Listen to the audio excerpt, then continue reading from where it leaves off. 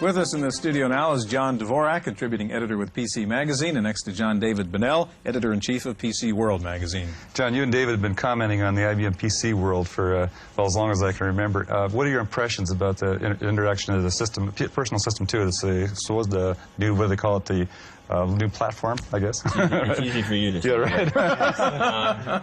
I like the size of the thing, that's one thing for sure, and the engineering inside is unbelievable. It's just fantastic, but the performance of the machine, except for the hard disk, it has a special cache that allows it to run a lot faster, or effectively faster, even though it's a slow hard disk.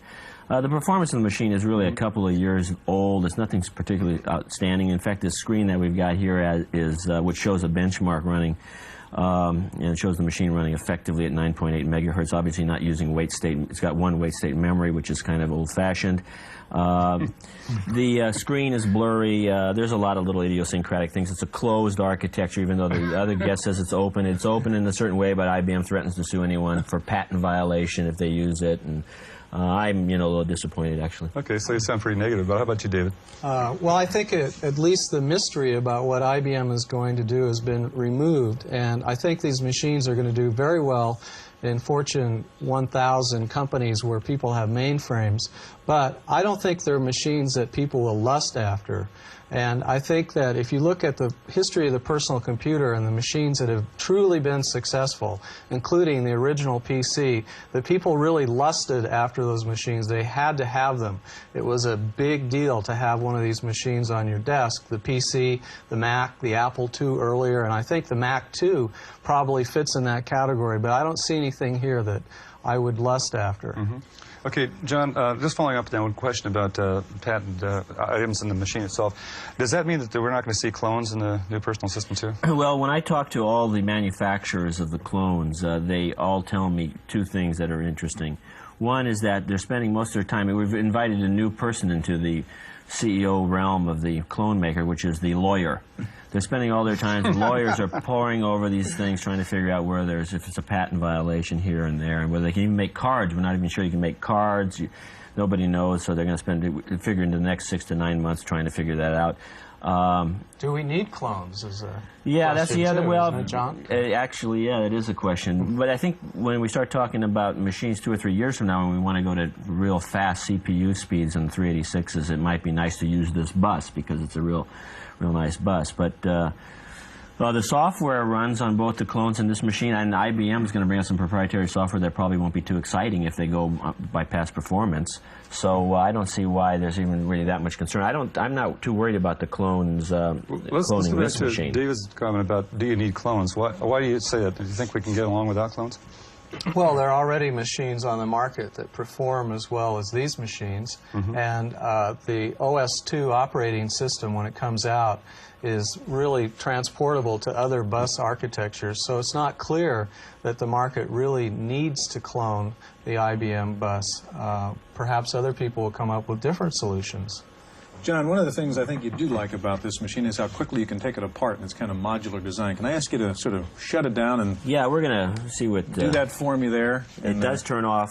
I don't particularly like this switch in the front, by the way, although some people think it's a good idea. It turns out that it will just allow people to accidentally turn it off easier. Take this little 3.5-inch disc out. Most of the components of this machine, if you know what you're doing here, slide out, and things pop out. This is kind of interesting. They've got this. You sure it pops out? Yeah, they all pop out. It's just what's interesting about this particular. Gotta get this little button here, Oh, there it is. This is the tool that I didn't use to pop these things out. There's a little tool here, and you can pop out all these little rivets. There's a rivet here. Let me get this thing out of here. Well, anyway, this really is a kind of a rector set normally approach. A piece I can of see how easy this is to get out. No, this is real simple to pop out here. We'll just pop this sucker out here. Well, let's see. Well, normally it just pops right out. It's very easy to do. I seem to be missing a couple of these little bolts down here that normally... people don't think that these little bolts are going to last very long, but that's the only problem. Those little plastic things that keep it all together. Yeah. I think you're getting closer. Yeah, I am. I'm missing... Up there it is. Okay. David, while he's messing around. Oh, you got it. Yeah, You got it. Okay. And then this hard disk like slides right out, and you can pop a new one. You got in. more bolts to pump in there. I think is the problem there.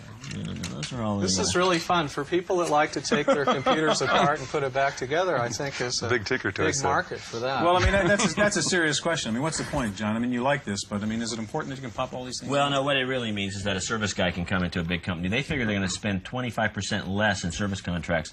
I mean, it'll cost 25% of what a service contract currently costs, because you can come in, pop the hard disk out, pop the speaker out, pop this board out. You can pop anything out, pop it back in almost instantaneously, and the machine will be up and running Fix again. it And real fast and big machine. companies need that. Yeah, I think these machines are really nicely targeted to large corporations. The question is, will they make an impact in small business and education and medium-sized companies? And that's not too clear yet. David, what is your overall impression of the pricing, how it compares with the rest of the machines that are out there now? Well, people are saying that they're amazed that the IBM pricing seems to be pretty high, but traditionally in the computer business you start out with a high price and you can come down under it, and we know that the manufacturing costs of this machine are about 40% less than the traditional line of PCs, so IBM could lower the price significantly at a point when they need to do that. Gentlemen, we have about a minute left. Briefly, what's the good and the bad here of the Personal System 2 computers? John? Well, I think the good is that it sets a new standard for engineering. There's no cables in this thing, which is kind of interesting, and there's nothing worse than these old machines. They got cables all over the place. You pull the cover off, jerks a bunch of cables out. It's a real mess.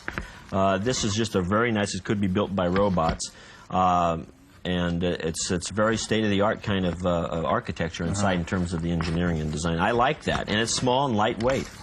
Okay, David? Yeah, I think what's significant is the new operating OS2 system and breaking through the 640K barrier, which isn't out yet, but once it's out, it will allow us to have new categories of software, and we'll finally have multitasking and be able to do some interesting You're things. satisfied that's for real?